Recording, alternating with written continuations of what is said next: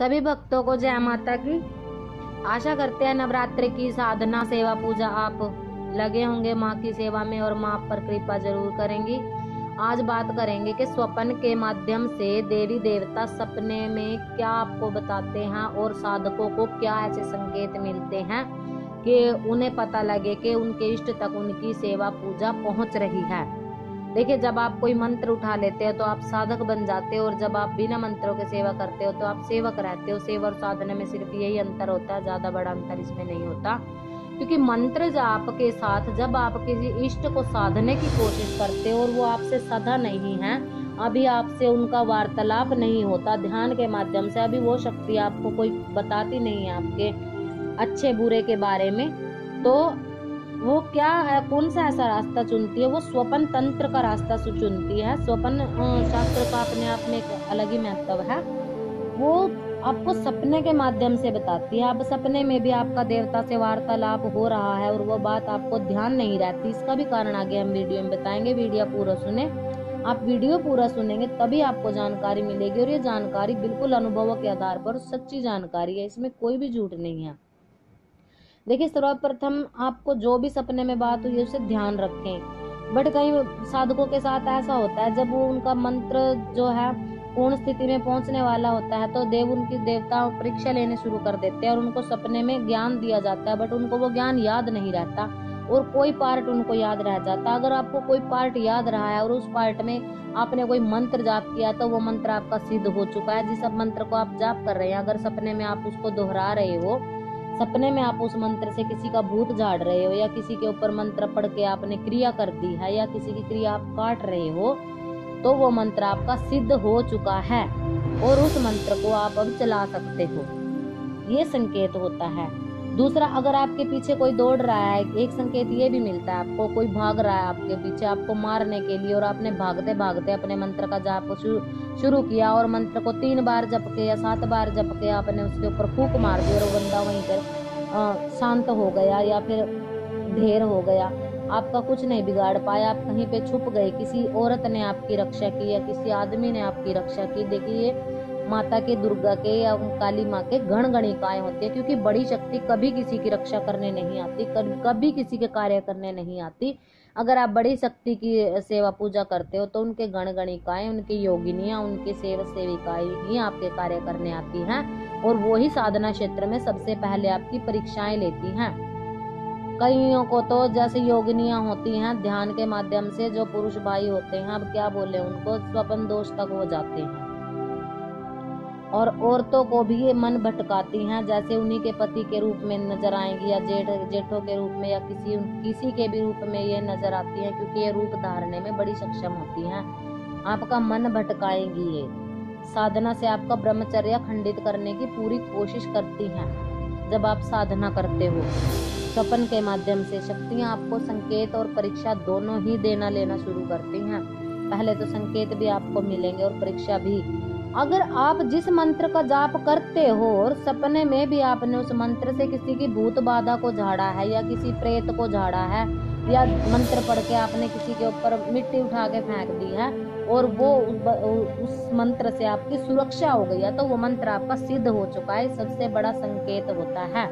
और अगर आपको सपने में सवारी पड़ रही है, किसी देवता के नाम की पड़ रही है, तो वो सवारी 100% आपके ऊपर आएगी। अगर आप जाप कर रहे हो, साधना कर रहे हो, ये स्वप्न के माध्यम से देवी देवताओं के संकेत होते हैं। ये हमारे साथ बीती हुई बातें हैं और जो शिष्य हमारे, जिन्होंने जाप शुरू किया है, मंत्र लिया है, वो अपने अनुभव हमें बताते हैं, क्योंकि अपने अनुभव गुरु के साथ शेयर करने चाहिए, बाकी किसी अन्य के साथ नहीं। आप लोग ढिंडोरा पीटते हो, घर परिवार में यार दोस्तों को बता देते हो, ऐसा नहीं करना चाहिए।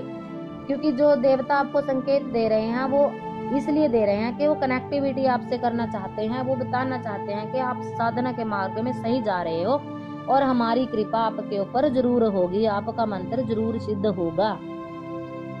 ये बातें आपको ध्यान में रखनी होती हैं। अब देखिए, कोई व्यक्ति ऐसा होता है, औरतें ज्यादातर इसमें ऐसी होती हैं कि उनको कोई छोटा सा भी दुख हो जाता है तो उनसे सहन नहीं होता और उठा के ना माँ के नाम की जैसे अरदास बोल दी, नारियल चुन्नी रख दिया उठा के, 11 रुपया, 1 रुपया, 1.25 रुपया, कुछ भी आप रख सकते हो गहना उनका, ये गहना भी गांव में देसी भाषा में बोलते हैं, और ऐसे इसको अरदास बोला जाता है। अरदास माई की लगा दी आपने, और वो कार्य माई की दया से आपका संपूर्ण भी हो गया आपकी सेवा पूजा से। पर आपने उनका जो अरदास लगाई थी, भोग प्रसाद उनको नहीं दिया, उनका सम्मान आपने नहीं किया इस कार्य में कि आपने हमारा कार्य बनाया, उनका आपने धन्यवाद नहीं किया। तो शक्तियां आपको सपन के माध्यम से ये संकेत भी दिखाते हैं। आपको किसी पड़ोसी, किसी रिश्तेदार का घर दिख सकता है, उसमें जोत जलती हुई अगर वो भभक रही है, या उसमें चटर चटर की आवाज आ रही है, वो फड़फड़ा रही है, जोत आपको आवाज कर रही है, तो वो आपसे कुछ मांग रही है, ये संकेत होते हैं। अगर आपने सपने में जैसे कोई औरत आपको पान खाते हुए दिखाई दे रही है, तो आप साधना में आपने माँ को पान का भोग नहीं लगाया, दुर्गा माँ को और काली माँ को पान का भोग जरूर लगाएं। अगर आपसे पान भी नहीं आपको मिलता, तो पान के पत्ते पर कम से कम लौंग, इलायची और मिश्री रख करके ही आप भोग लगा सकते हो। मीठा पान इनको अर्पण किया जाता है। ये भी संकेत सपने के माध्यम से आपको मिलते हैं। अब आपने जगराता आपको दिख रहा है, कीर्तन आपको दिख रहा है, और उसमें सवारी आपके ऊपर आ गई, और वो सवारी पर्चा दे रही है अपना कि मैं इस देव की हूँ, तो वो भी देव सवारी आपके ऊपर आ सकती है। और अगर आपके ऊपर पहले से सवारी पड़ रही है और आपको सपने में दिख रही है, तो वही सवारी आपके ऊपर है, अगर उसने वचन नहीं किए हैं। देखिए, शक्तियों से जब शक्तियां सिद्ध हो जाती हैं तो उनसे वचन लिए जाते हैं, और अगर आपके शक्तियों से वचन नहीं है तो वो डायरेक्ट आपके आके आपको कभी भी नहीं बताएंगी। वो सिर्फ सपनों के माध्यम से आपको गड़बड़ सी, खिचड़ी सी दिखाएंगी। उन 4 बातें आपको बताएंगी, 4 बातों में से दिमाग लगा करके आपने एक बात छांटनी होती है, जो बात देवता से जुड़ी होती है, और वही बात सत्य होती है। यही संकेत समझने होते हैं, यही साधकों के, यही भक्ति भक्ताई के नियम होते हैं। अगर आप भक्ति मार्ग में आगे बढ़ना चाहते हो, तो जैसे आपको सपने में कोई भोग भी दिख सकता है, कोई दिशा निर्देश आपको मिल सकता है, आप हनुमान जी की सेवा करिए, या आप भैरव बाबा का ये भोग प्रसाद चढ़ाइए। कोई आपको चालीसा दिखाई जा सकती है सपने में कि आप ये चालीसा का पाठ करो, जैसे दुर्गा सप्तशती में श्री दुर्गा चालीसा है, श्री काली चालीसा है। कोई भी आपको दिशा निर्देश किसी भी मतलब पुरुष या स्त्री के माध्यम से अगर कोई आपको बता रहा है कि आप ये करो, तो वो देवी माँ के गणगणिकाएं होते हैं, जो आप ही के रिश्तेदारों के, आप ही के घर परिवार के लोगों के रूप में आ सकते हैं। अगर देवी शक्ति आपको दर्शन देती है तो आपके गुरु रूप में देगी, आपके गुरु रूप में कोई दिशा निर्देश मिलेगा। देखिए, वैसे तो अपने अनुभव शेयर नहीं किए जाते कभी भी किसी के साथ, अपने गुरुओं के साथ ही शेयर करें।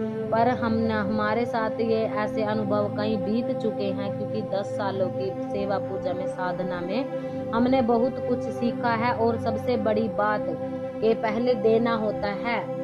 पहले तो देव देवता आपकी परीक्षा ही लेंगे, बुरा हाल आपका होगा जब आप भक्ति भक्ताई मार्ग में पड़ोगे। ये नहीं है कि आपने साधना उठा ली और अब तो आपके वारे न्यारे भैया, नहीं, कई साल आपको परीक्षाएं भोगनी पड़ेंगी।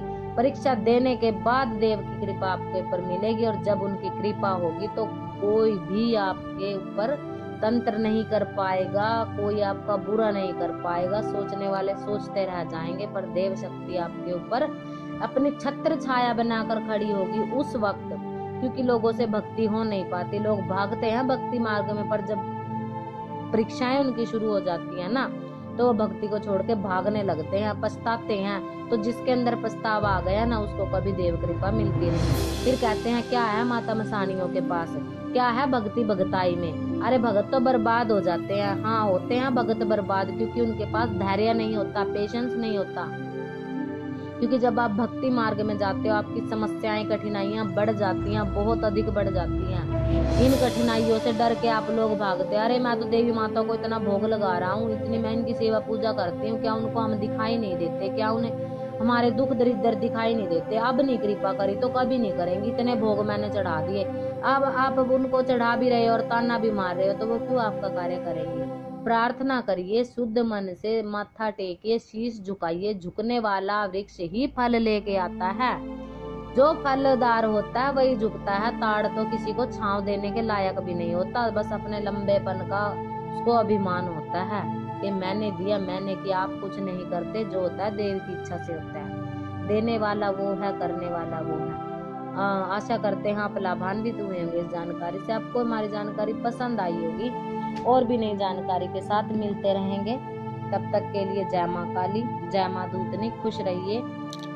जय माता की।